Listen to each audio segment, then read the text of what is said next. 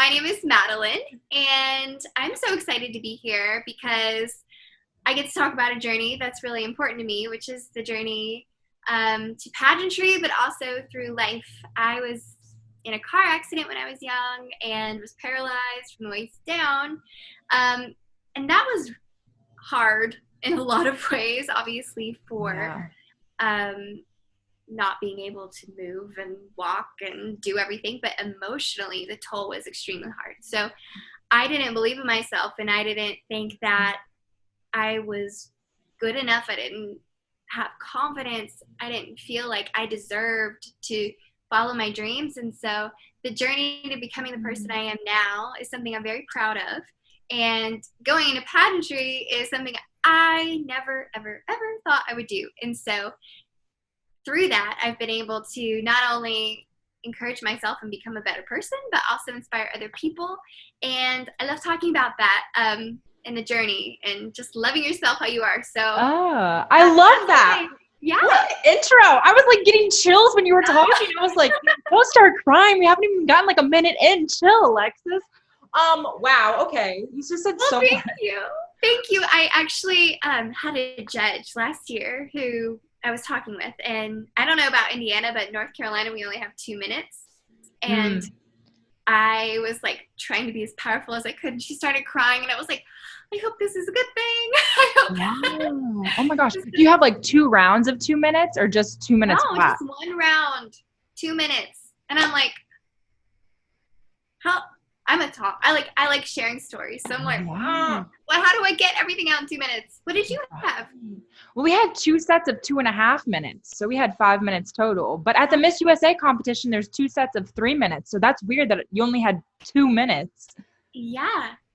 Only 2. You got to pack a lot into those 2 minutes. Yeah. You have to be so concise. That's why there's so much pressure. Like people don't get it. The main competition people don't see. It's mostly the interview, and that's where you have to have like these life-changing questions condensed into about 5 sentences max. I'm the same way. I'm disappointed that they don't show that part of the competition because that's what defines the girl, and that's what like really rounds her out. Obviously on stage you see a little bit of personality, but it's when you meet them and you get to hear about their story and why they're doing it.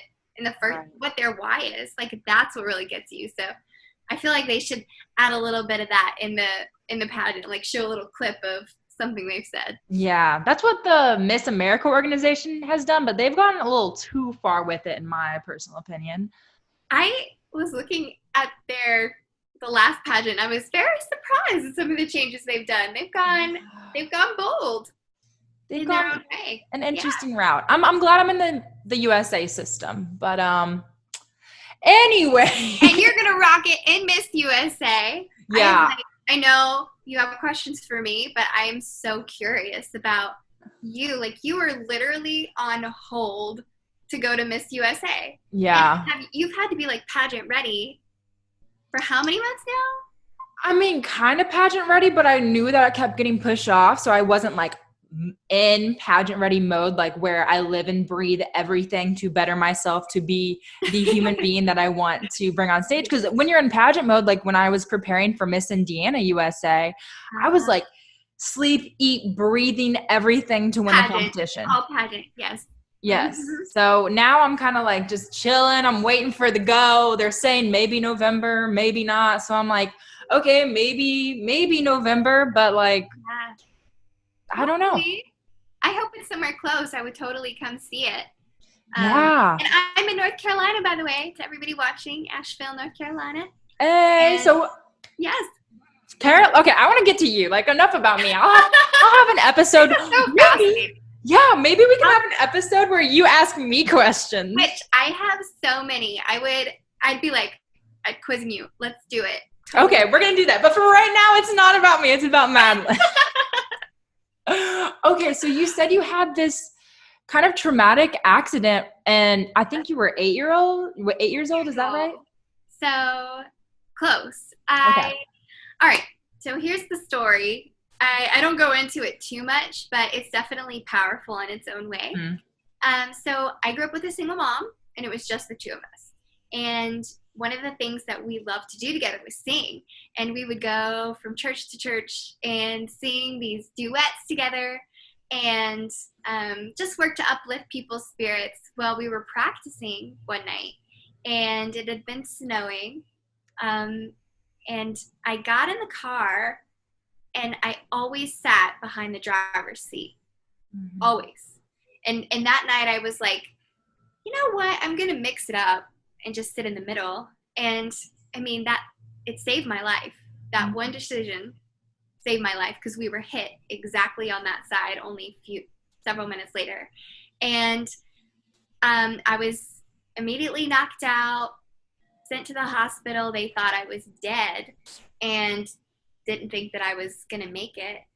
Well, I ended up being in a coma for several weeks. And they told my mom, like, she's going to be a vegetable. The back of the car fell on top of her head. And so she's had such a traumatic brain injury, she's not going to be able to walk, talk, do anything. Like, basically, you've lost your little girl. And so when I woke up, finally, and was talking and freaking out, it was a moment of, like, duality where I realized I was paralyzed. I couldn't move, which was terrifying. But I had this new information that I shouldn't even be alive. I shouldn't even be talking. And so that's how I started out my journey of how do I deal with this enormous thing that's happened, but also have a sense of gratitude for what I was saved from and the life that I could have had. I broke my neck. And so I should be paralyzed from the neck down. Like, I got very, very, very lucky, very blessed. Anyway, the two things that I really like to tell people from that is, like, listen to that inner voice.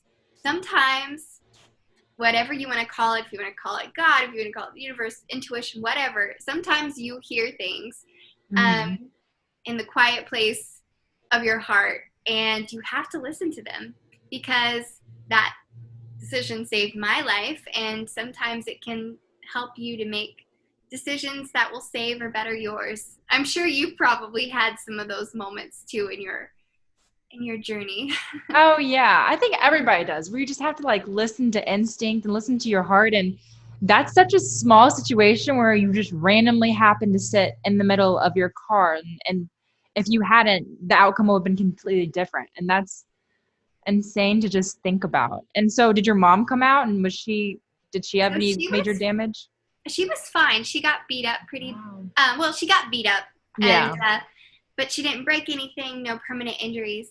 I think for her, like, it was worse than anything that could happen to her physically was seeing me in that position.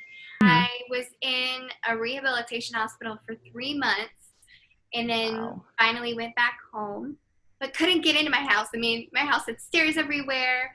I tried to go back to school, and they were a private school, but they said, you know what, we don't have to be wheelchair accessible, so, like, go find somewhere else, basically. And it was really a simple change of, like, having the classes downstairs rather than upstairs where they normally had them, and they just wouldn't do it. And it was... Can you sue for that? Maybe. At the time, we just didn't really have the resources or the knowledge to know. That just makes me mad. I know. It was really hard. Like, they were already kind of discriminating against my mom anyway because she was a single mom. Wow. She was the only single mom at the school, and so we were kind of like the black sheep of that school. But it showed me very quickly that, like, oh, I'm not normal, or I'm not accepted anymore. And so it built this very strong mentality that, like I said, I'm not worthy, I'm not enough. And you know, we all go through something eventually, but especially for people who go through, like, very traumatic things, it can condition you to believe that all of these beliefs about yourself that aren't true. And if you don't go in and change them and say, like, no, I decide to not believe you anymore, then you're gonna be stuck in that rut for your whole life. So it was Right. me having to come to that point of like, no, I don't want to let this control me, and I don't want to be, have self-pity. I don't want to feel, weak. I'm going to show my strength, and I'm going to go after everything I want to go Yeah. after. And So did your mom support you and kind of tell you how to be strong, or were people telling you you can be strong, but in the back of your head you kept thinking, but this is my life now and it's so different and my school doesn't even accept me. How am I supposed to be strong when so many doors are closing? yeah, so it was a very complex time. Mm-hmm. I we left that school and basically went to this homeschooling group that was Mm. very small. So I made a couple of friends, but I was very safe, kind of like in this little safe world where Bubble, I yeah. didn't have to challenge myself. And my mom Mm-hmm. was definitely supportive, but she was extremely protective. And she was already protective, but then when like her little baby girl was hurt, it was like she did Right. not want anything to happen to me. So, Right. like I said, it was this little bubble. And I ended up going to another school in high school where it was the same thing. They actively discriminated against me because of my disability. And, high school can be brutal. And so Yeah. I didn't really have a lot of friends because people were being quite mean in a lot of ways. And I just remember going to bed every night thinking, like, I don't want to live this life anymore. I went to some Yeah. very dark places. And um, it, it wasn't necessarily that people just started being like supportive or like, oh, you can do it, or pushing me out of my comfort zone. It was more Right. of that slow progression of me starting to share my story. And I remember the first time I posted a video on Facebook of me in therapy.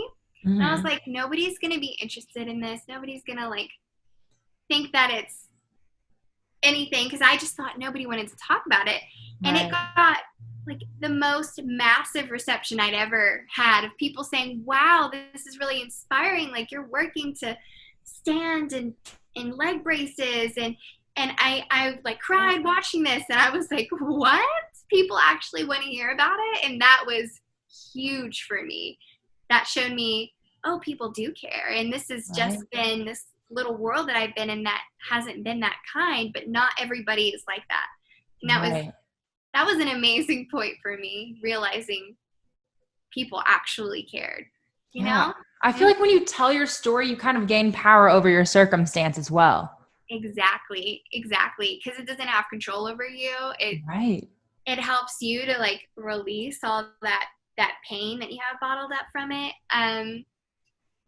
And one other little story. It's a Mm-hmm. little intense, but after the accident, we were going to a church at the time, and they like brought me in when I finally came home, and Mm-hmm. they took me by the hands, got everybody surrounding me, and said, "Okay, like you're gonna stand up and walk," and like we're praying, and like very charismatic church. And so over this period of 30 minutes, like I couldn't stand, obviously, and I left in tears because I felt like it was my fault. And later they said like I was being punished because I did something wrong.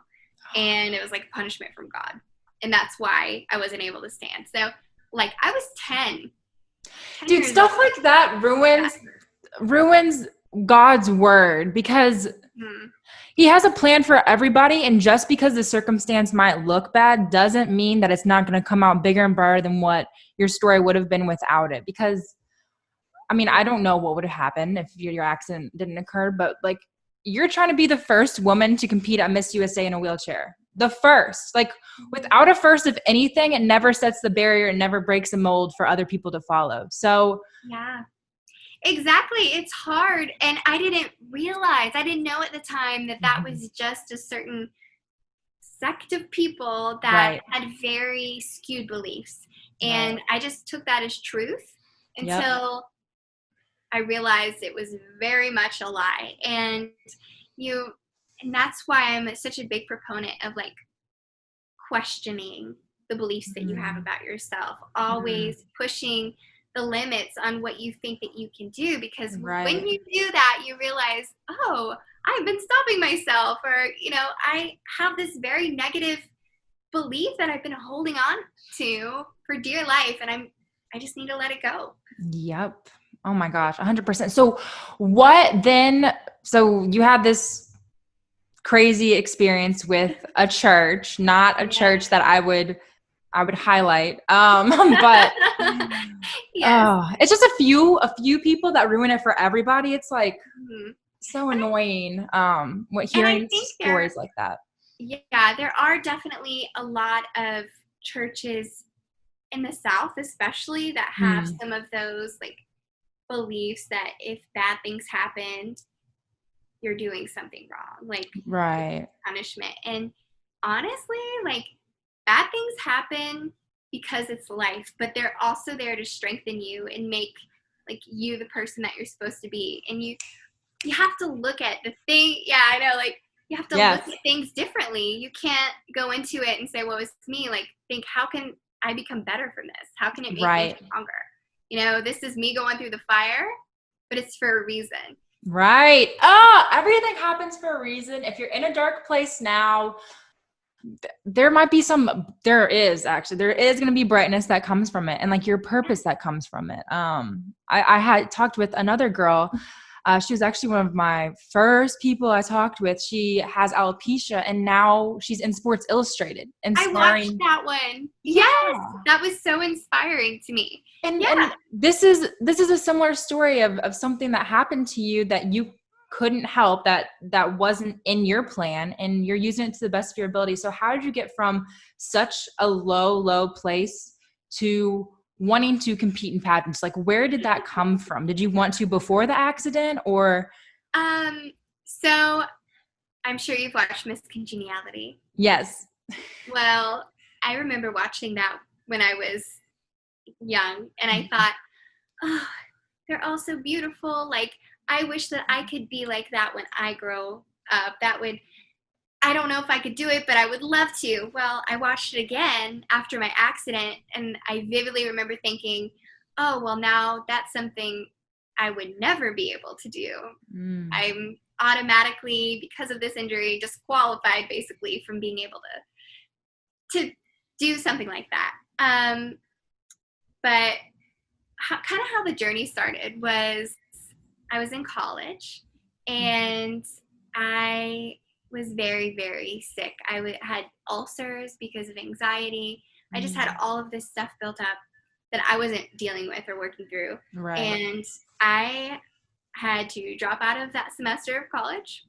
Mm, I was terminated from my job because I missed so many days mm, and was basically at a very low point where I was like, what am I doing? What is going on? Like, I need to do something about this. right. And I don't know if you've ever had those moments where like you almost break and you just do something crazy. Mm-hmm. But I went into the study abroad office Mm, at my school and I applied to study abroad in Germany. mm, Now, I never lived on my own. I never flown by myself. Was like I said, in this bubble, still going right. to a college near home. And I was just like, I can't let all this stuff control me anymore. I'm going to do something that's so far out of my comfort zone that it forces me to grow. It forces me to overcome this and become Yes. brave and courageous. And so I got on a plane a couple months later. First time I'm ever flying by myself, and it's international, and I've like got my bags on my lap and I was just shaking because I was so nervous, and flew to Germany, got an apartment, and began this journey of like going through German streets every day to wheel to class and deal with all of the challenges and obstacles that came with a new country and learning a Mhm. new language, but also like slowly every day feeling this enormous confidence that I'd never had before. Because it's like, hell yeah, I flew across the pond over here, living by myself, like doing all this stuff I never thought I would. And then when I came home from that trip, it was like I had a new perspective, and I kind of had this new mantra of becoming a fear chaser, like doing things that terrified me in order to grow, because I saw how much it changed me. And long story short, I ended up competing in Miss Wheelchair North Carolina. I was like, this is different. I could maybe, do this. It's in the disability world, and so let's give it a try.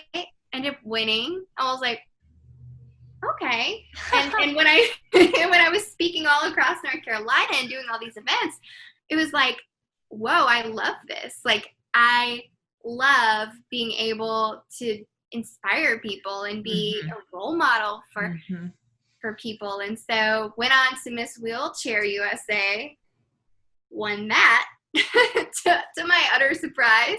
And, then just took on the USA and was in this role that I never thought I'd be in, never thought I could do, but I did it. Went to, I think, 35 states in a year, and just, oh, wow. Did you do that as Miss Wheelchair USA? Yep. Oh, wow. So when this is a story I love to tell, but when I was on the road, because I did a 2-month tour at one point where I just went across the entire USA. Wow. And this little girl in a wheelchair came up to me, and she was so excited to see, a queen, and talk to me. And she said, do you think that somebody who looks like us could ever be in a pageant like Miss USA? I was like, oh, that's a fear I'd had about myself. I wasn't, at that point, still wasn't my most confident self, and still had a lot of insecurities about how I looked and how people perceive the wheelchair. So I was like, yeah, of course I can. But I didn't know if I believed it. And I went home, and a couple days later registered to compete in Miss North Carolina USA, because I was like, I need to show this little girl that it's possible. And then right after I gave up my crown, 3 or 4 months later, I competed for North Carolina. So that's kind of the shorter version of how I got into pageantry. But like I said, it was something I never expected to happen. But when you push yourself to do things that are uncomfortable for you, or that you never thought you could do, you end up finding things that you love, and passions and excitement for life, for your purpose. And that's what happened to me. So I saw that you were the first woman in a wheelchair to place top 10. Is it just in North Carolina or in all of the U.S. for Miss USA? Okay. Yeah. Then it's gonna be, the first Miss North Carolina. That is the goal.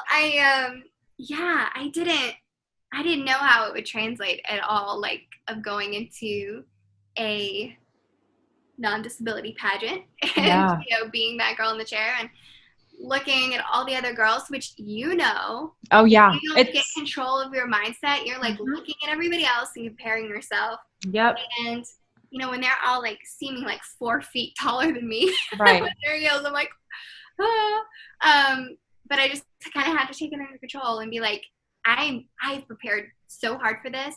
I'm giving my best and giving my all. They're gonna see it or they're not gonna see it, and I can't control the outcome. So placing top 10 was huge. It was. I mean, I did compete 2 years. The first year placed top 15. Past year placed top 10, and I will be competing again in March. Oh yeah. They've moved the North Carolina pageant to March 5th and 6th in Charleston, South Carolina. Okay. But like I said, this year I am just gonna give it my all, learn from what I've done, and see if we can finally make it to Miss USA. It wouldn't be just a win for me. It would be a win for an entire community of people. 100%.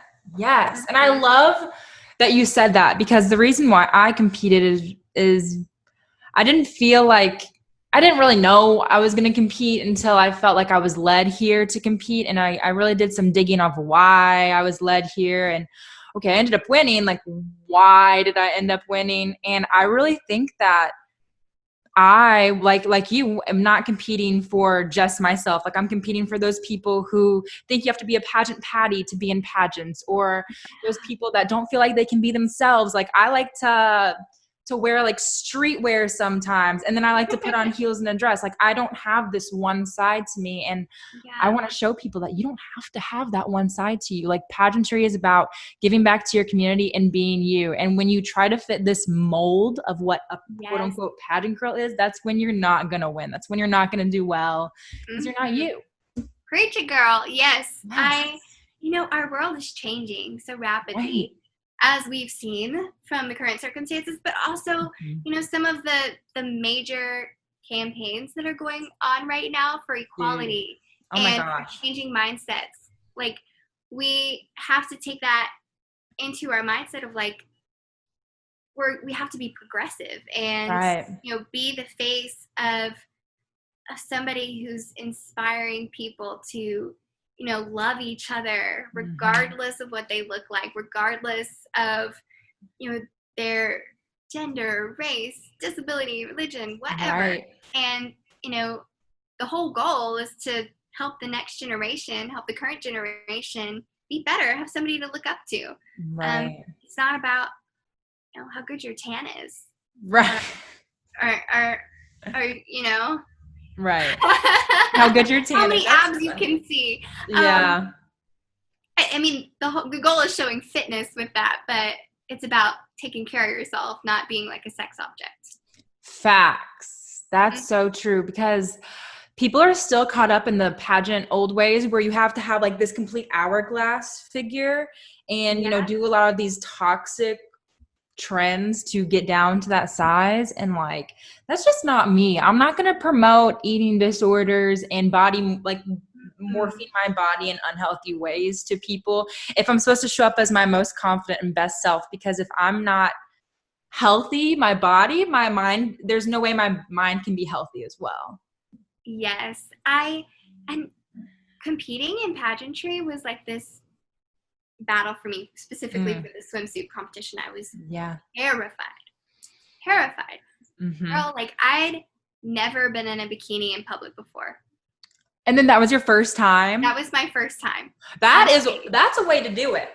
Because I was so self-conscious about my body. Any woman anywhere who has any amount of like tummy at all is gonna show a little fold when you're sitting. It's impossible not to. And so I Right. was like super self-conscious about that. I felt like no matter what, I couldn't be that same look that when people are standing and they Right. have, the slimmer feel. And so I held all that nervous energy in me the first time, and I know I didn't perform as well because I was Right. in that mindset of like, oh, people are still judging you. Like, I don't, because of my injury, like, I'll come up like about to here, my Uh-huh.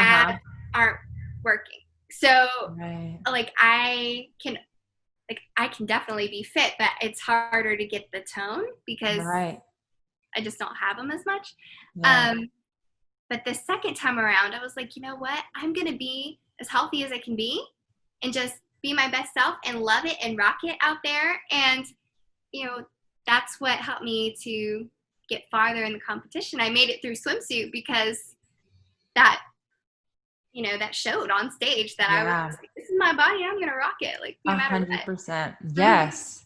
So something similar to you were saying on your first competition for Miss USA, you were feeling probably a little self-conscious and comparing yourself. In the Miss Indiana pageant, we had a plus size girl. And I remember before we went out on stage, she started crying. And I just, I like didn't know how to feel, because I was like, this is a competition of like bringing confidence. and you're looking at everybody just like realizing your body's not the same. And it just sucked because I understood where she was coming from, but I just wanted her to like own it. Like I remember going out to her and I was like, you look great. I just want you to go out there and just like strike a pose because you're already in the bathing suit. People are already going to see you. If you just rock it and kill it, like no one will even know that you were backstage so worried. Just, you can do that. And, you know, in her head, she's like, but look at you and look at this girl. And it's like, like, why does it matter the appearance on the outside? It's the confidence that radiates, and you can look any type of way and still have confidence that radiates. Exactly. And it's like, are when is it gonna come out? Like, women do not really look like the photoshopped women we see on so many of these ads for lingerie and Right. you know everywhere we look. That's not real. Like, that's just not real. Aerie does do a good job. Aerie. Oh, yes, I Like love American Aerie. Eagle lingerie, because they have like, I think something that's unfiltered. They were like the first ones who did it too. They're like naturally you or unfiltered you, something like that. I remember the first time I saw that and I was like, that's awesome. Like, 'cause it gives those women, especially teenage girls who are looking at it like, I'm never gonna look like that, and you know, be like, oh, this is beautiful and this is me. So it's definitely a push that I've been excited to kind of launch with this journey of like, hey, own your unique self, just like that girl. Like, if you just sell it with confidence, then people are gonna be like, wow. Yeah, it's just like if you make a mistake in a speech, you're like skipped a line or something, you just own it, you just go with it. Like I've been doing stuff like the statistics are just off the wall wrong in front of like the whole like 30 audience in college, and I'm like, oh, we're just gonna own it, like good. And people were like, oh my gosh, you brought up this really good point, and like I've always thought about it the other way. And I'm like, no, you still think about it the other way, because like the way I said it wasn't right. And they're like, oh really? And I was like, yeah, no, it wasn't. Oh yeah, my boyfriend tells me that all the time. He's like, you can tell anybody anything with confidence, and if you say it with enough authority, they'll believe you. So not saying to tell people, no, just because, but just sell it. Just go for it. Yeah. Speaking of selling it and going for it, so it's a nonprofit, right? Called Live Boundless. Yes, it is. I'm probably one of the things I'm most proud of, because like I said, I believe you should use your challenges to better yourself and better the world. And I always wanted an outlet of something that really gave back. And when I was Miss Wheelchair USA, I created a nonprofit organization called Live Boundless. And as of last year, was able to start delivering wheelchairs around the world. And we have delivered over 300 in Asia and South America. And it is like, if I can tell people watching anything, it's that you like dream big dreams, dream big impossible dreams, because you never know what's going to happen to be able to make that true. I, for years, had this like a little seed of a dream, like maybe I could deliver wheelchairs. And when I finally acted on it and put that intention out there, like I had somebody say, oh, I have somebody who knows about distribution in other countries. And they led me to somebody who, had a team that I could work with, led me to somebody who could help with fundraising. And it's just like, one thing will always lead to another and lead to something that you never even imagined if you just take that step of faith, one after another after another. But my why is to inspire people to live their best and fullest life and help give people resources to do that. And specifically for me, it's wheelchairs, because the statistic is 90% of people who need wheelchairs worldwide do not have them. Wow. 90%. And so when I heard that, I was like, we got to do something about that. Like, we got to change it. And the faces of the people, like we did some little girls, gave them chairs who had just always been carried by their parents, and like to see their faces of absolute joy and excitement was unbelievable. And it made me feel like, all of this is for a reason. If I could be able to give back, it's for a purpose. Like, all of that pain is worth something. You got to think outside of yourself, just like you are going into the pageant of making your mission not self-centered, but doing it for somebody else. Then that's what's going to take you farther. Because, you're working to change the world. But I do have a funny story. Okay, I want to hear it. So, wheelchair distributions are very, very difficult to plan because the host country that you're bringing them into can take months to actually accept the wheelchairs through customs. And so you're sending them from America to these countries? So we have a manufacturer I work with in China. Okay. And they sent the crate to the specific country was the Philippines. Okay. And a lot of countries who are developing have kind of crooked distribution systems and custom systems to pay them off. And this specific one took forever. So our date got moved from like June to July to August. My pageant was in October, and the distribution got moved to September. And do you go to when they're delivered the wheelchairs? Oh, that's awesome. I went. So the Philippines is a 12-hour difference. We were there for 2 weeks. By the time I came back, I had 3 weeks before the pageant. So you know how you said you're in that pageant mode? I was trying to do that in another country where they eat like tons of meat and carbs and sweets. And I was like, I can't. Well, I got E. coli. What? Like a couple days before I was going to leave. When we were out in some very, very rough parts of Manila. And so when I got back, I was so sick. I did not think I could compete. I was like, I don't know how I can. I'm like, can't eat anything, can't keep anything down. And my boyfriend was like, well, you did wonder how you could get in pageant shape really quick. I saw that coming. I was like, someone's going to say something about this. Yep. So, not saying E. coli is the way to go, but it is a little funny how that worked out. Hey, everything happens for a reason. It works out. Yeah, so I had to fight to be on the stage last year, but I made it. Hopefully I won't get E. coli this year. I'll try not to. Yeah. Fingers crossed. Everything crossing right now, because that's crazy. Oh my gosh. And another way to reach people is through social media and TikTok. I want to talk about this because we talked about it a little before. Oh my gosh. So I guess we have to give them a little context. We've been trying to do this for a while. Pretty much technology and Alexis Letty, they don't get along. I don't know if you've realized that from like multiple other podcasts of me like, I don't know what happened, but like this is another incident of like, I don't know what happened. I know help. I'm like, I don't know. Yeah, we're both like, oh, and I'm like, restart it multiple times. Sure, let's do that. But anyways, so we're just like, let's just talk, and we can always schedule the podcast a different day. And I was like, yo, are you on TikTok? And she said, not really. And I told her that she is doing a disservice to herself because it's the easiest platform to grow on right now. If you're listening to this, go make 5 TikToks a day and you'll blow up because. Yeah.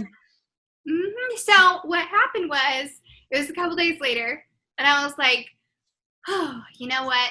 I need to take her advice. She is like a social media superstar right now.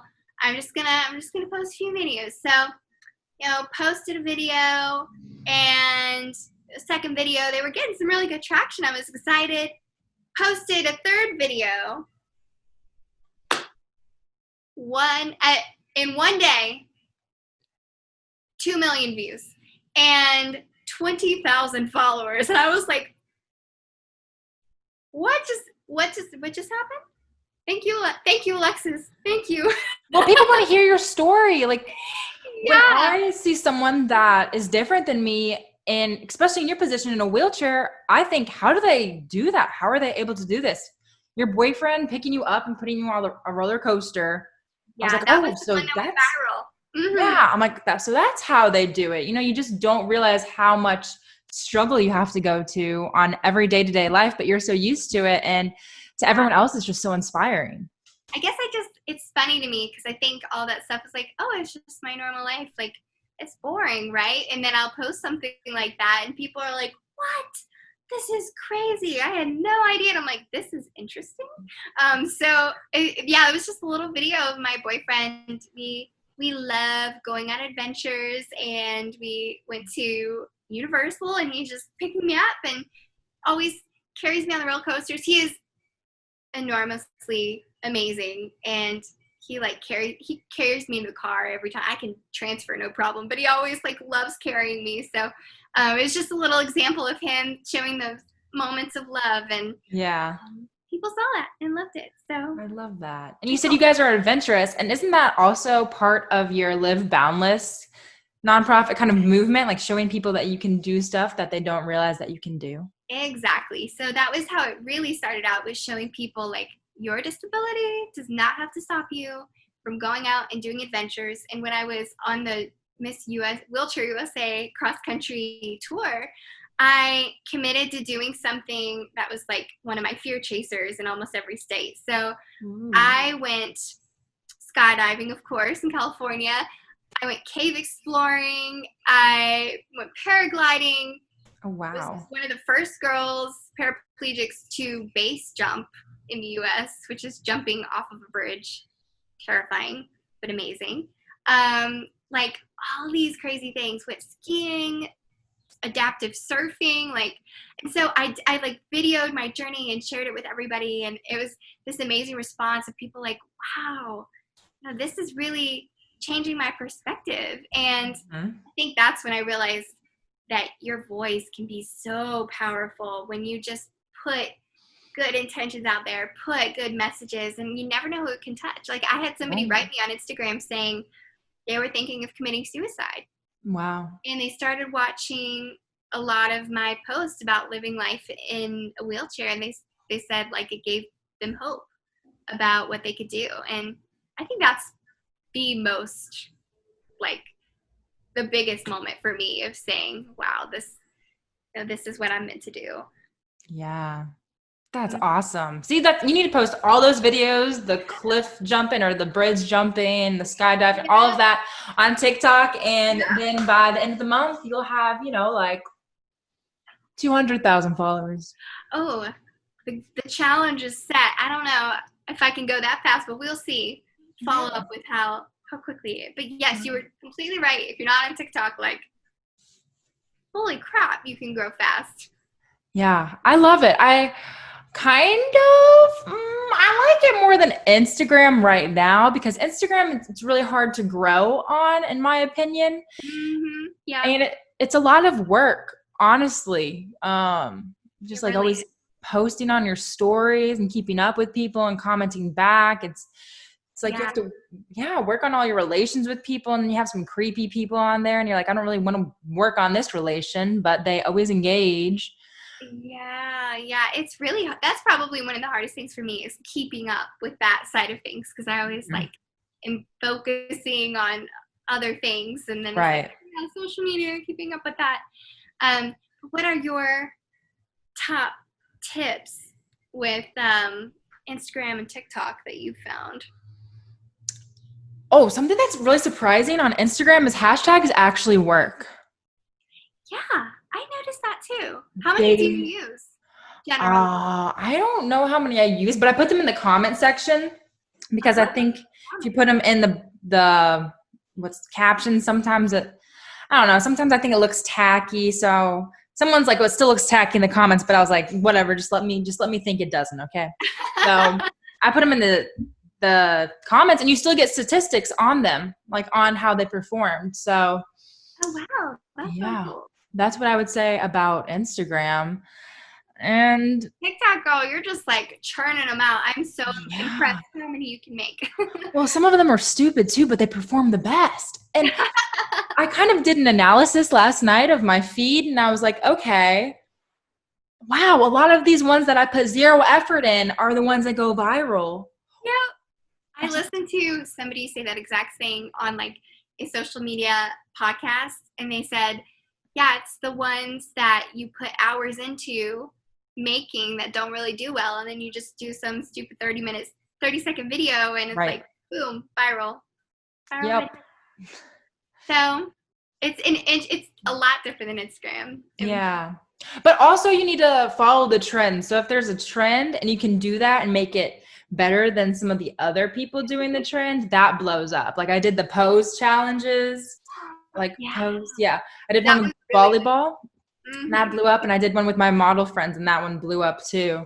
How in the world did you do that, by the way? Was that just like they had already had those pictures? They already had those pictures and I was like, Okay. hey, can you do a video of you mimicking a picture that you like of yourself? And they're like, yeah. And so they sent me the picture and then they sent me the video and we aligned it all perfectly and then it's good to go. That was a cool one. I loved that one. Yeah. It took a lot of, that one kind of took a lot of time because I had to actually edit it in like an editing software rather than just in the TikTok app.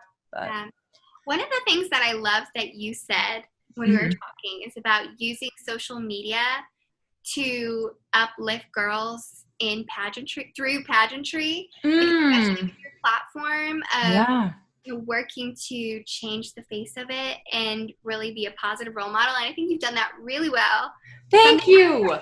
As well.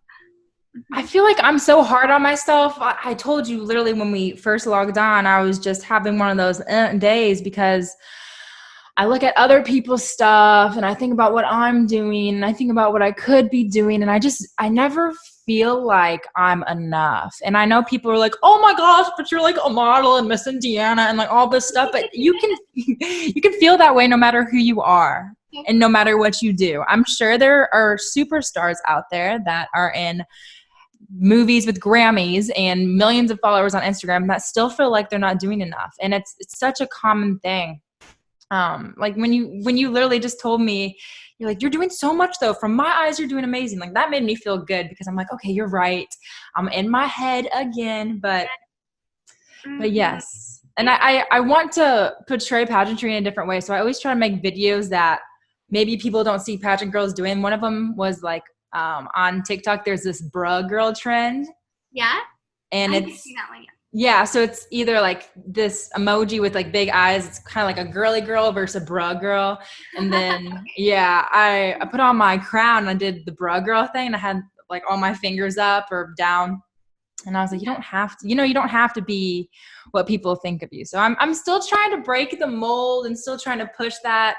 I want to put out more content like that, but I also want to even everything out. So it's not just like just that, Yeah, I think like that is so easy to feel. I feel that all the time. Like it's something I have to fight is like, God, I'm not doing enough. Like I could do so much more. But the thing I guess helps me a lot is just focusing on those daily successes, like of having those major things you want to do. I love like the top 3 thing where you have top 3 things of your day and then just like really celebrate those successes and celebrate yourself and what you've done.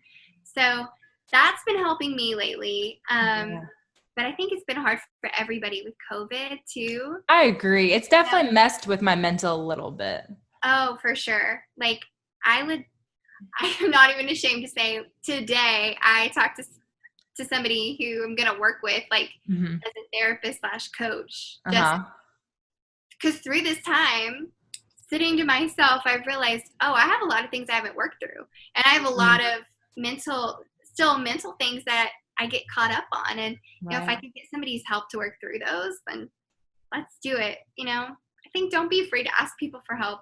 It's easy to be an island, but reach out, let people know when you're having a hard time. Yeah, that's one thing I do. What were you saying?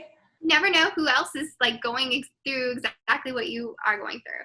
Like I feel like I understand what you're feeling perfectly. Would I have thought you felt that way? No.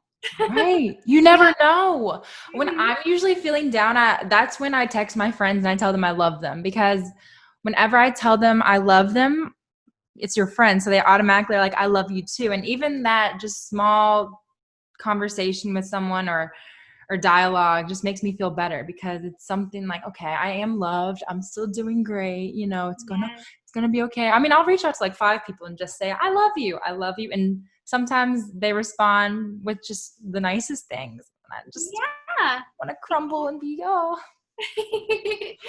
Yes. Like put good out there and then it'll come back. Manifestation is a real thing, people. Amen. So you told me about the vision board, literally in the process of making one. I'm going to pull out all the stops for Miss North Carolina this year. I'm like, do it.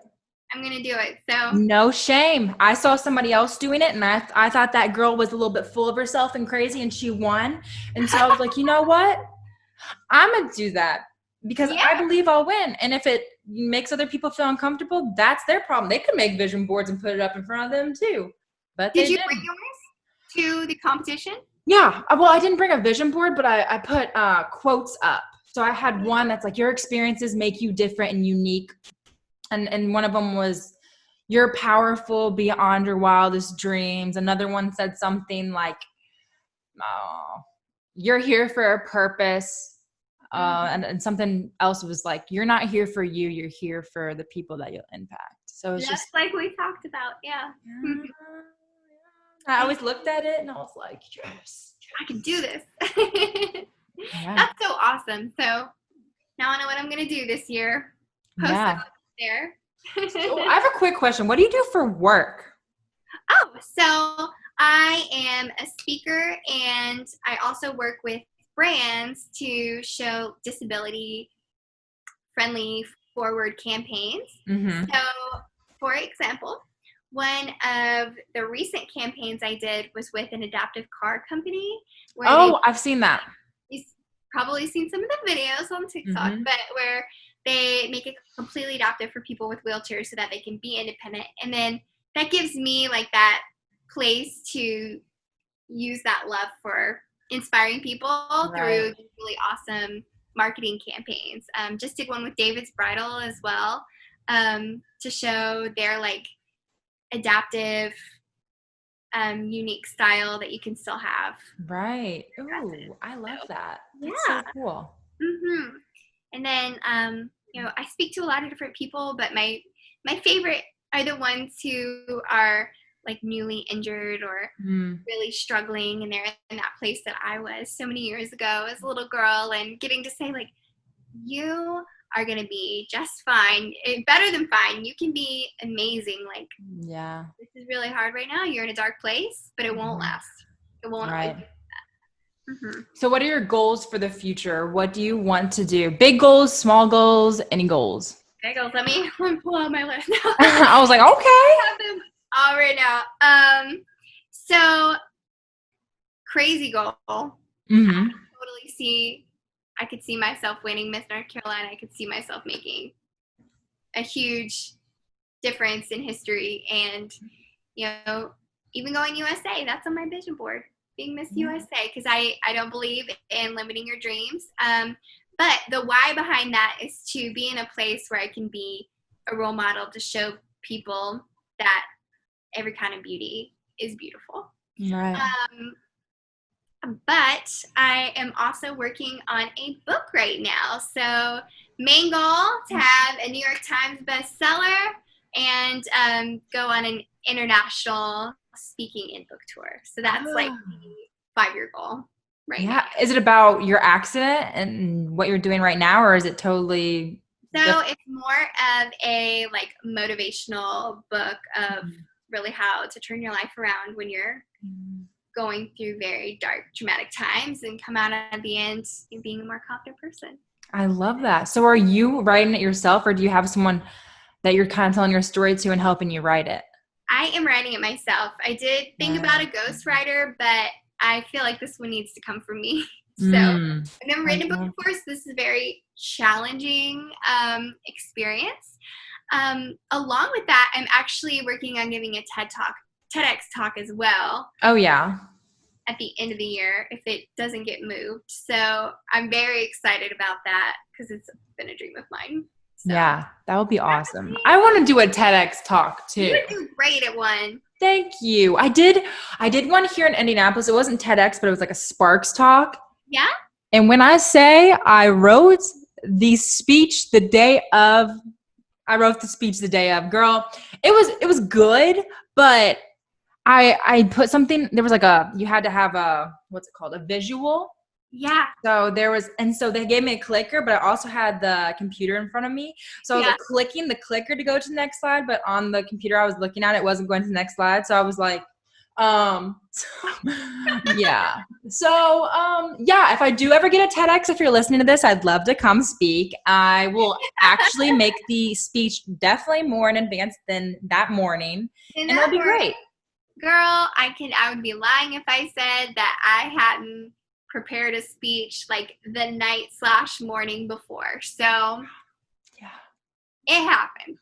Hey, if you can pull it off, more power to you, right? More power to you. Kudos. You know how to work in high pressure situations, but you actually went to, I think, one of like my best speeches. The day after I went to the ER.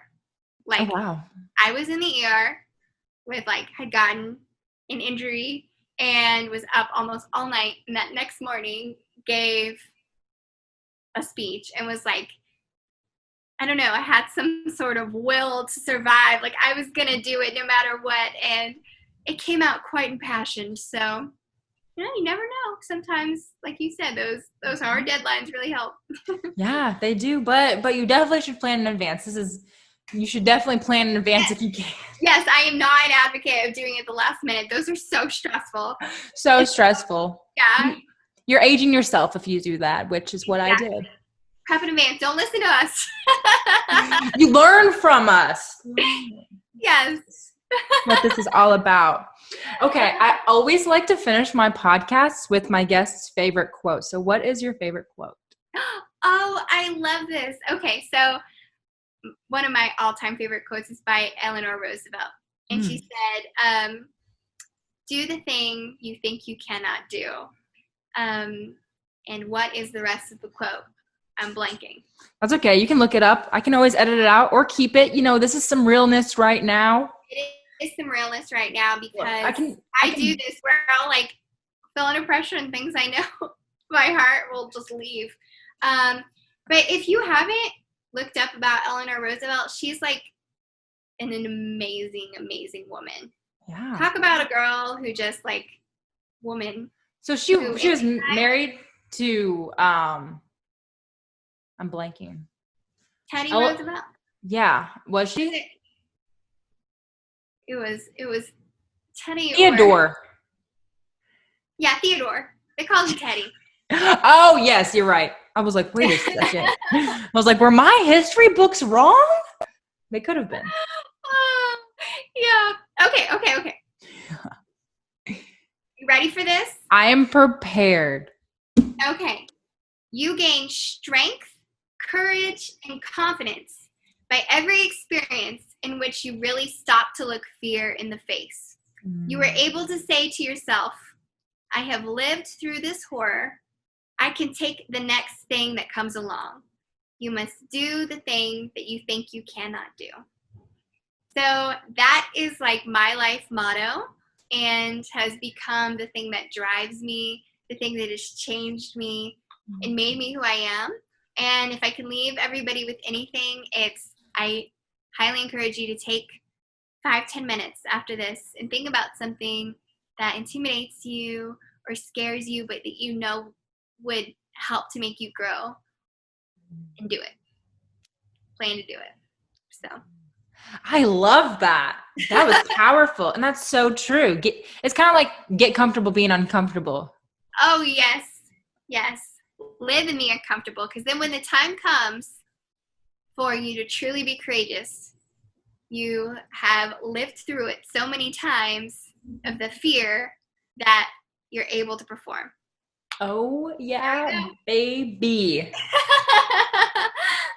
Yes. Oh, that's it. That's it. Thanks for watching the Empower Podcast, listening, viewing, subscribing. It's over. Yes.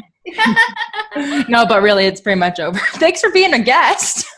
Thank you, everybody, for watching. It was so awesome. Thank you for having me. All right. Bye. Bye.